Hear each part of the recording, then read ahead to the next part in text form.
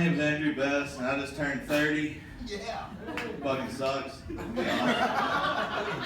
And my girlfriend, she makes fun of me for being all depressed about it. I said, I'd stop laughing if I were you. I'm going to be a lot sadder when you turn 30.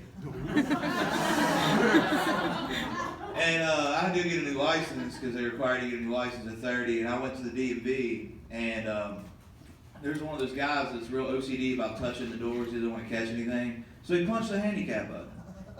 That didn't make any sense. Who wants to catch that? I thought criminal is contagious.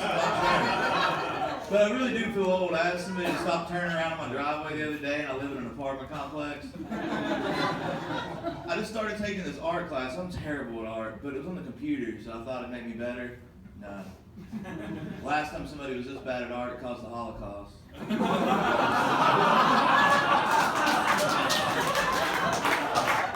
Has anybody seen these hoverboards they have? You know, the segways without posts?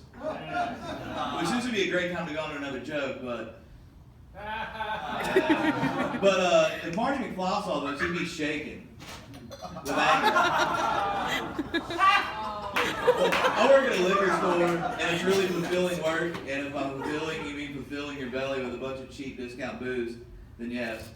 But there's this one homeless guy I used to get sports tips from, and because every game he predicted won, like 10 in a row, and then all of a sudden he died. It was awful. It cost me $400. And I read his obituary, and it said he died peacefully in his home and asleep, and I didn't know you could die peacefully under a bridge. But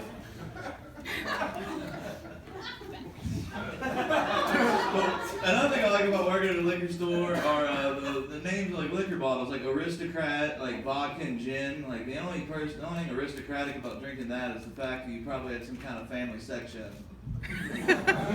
But also like the bourbons, like they have names like Pappy Van Winkle, Elmer T. Lee. They sound like slave under trading cards. Like I called the liquor barn in Kentucky and asked them if they had a particular bourbon, a special edition. It's called Buford T. McGillicuddy's Antebellum Barrel Series. They looked for like an hour.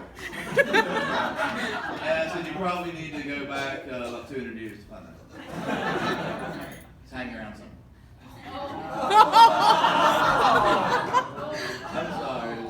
That's awful. Oh man, well my dad's ridiculous. To see my dad in the 70s, he looked like he had a Burt Reynolds mustache and like he was super dirty tan. He wore like cut off jean shorts with the pockets hanging out the bottom. I mean, he looked like Daisy Duke but with bigger tits. I mean, I was at my father's wedding. If that tells you how redneck I am, and it was on a boat. And we were in matching Hawaiian shirts, and his was unbuttoned, mine was buttoned. I had some respect at 3. But he was awesome, you know, he was a real redneck. I remember the first time he ever caught me smoking weed. He said, son, your eyes are red as the devil's dick. I remember the first time he ever smoked weed with me. We were just getting back from hunting deer in a Datsun truck, and we smoked it out of a wooden bowl. The only way to be more redneck is if you shoved your hand inside a member of Leonard's Skin. Give me back my rings. Tuesday's gone and so's my forearm.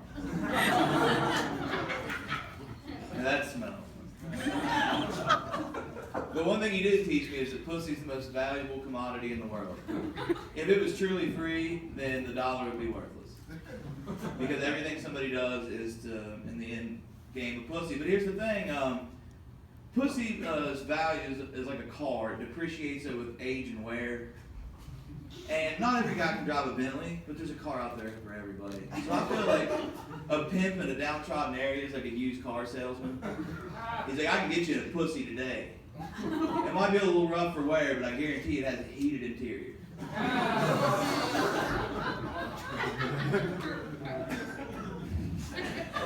Speaking of pussy, have you ever heard somebody say that you need to trace the alphabet with your tongue and make her come? I tried, it didn't work. She fell asleep. I kept licking Z.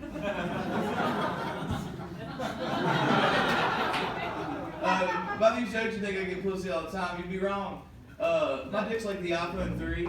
It's touched a lot of girls' cheeks, but that was in 2009. And you can probably find it for almost free on Craigslist. And if it touches you now, you probably got cancer or something.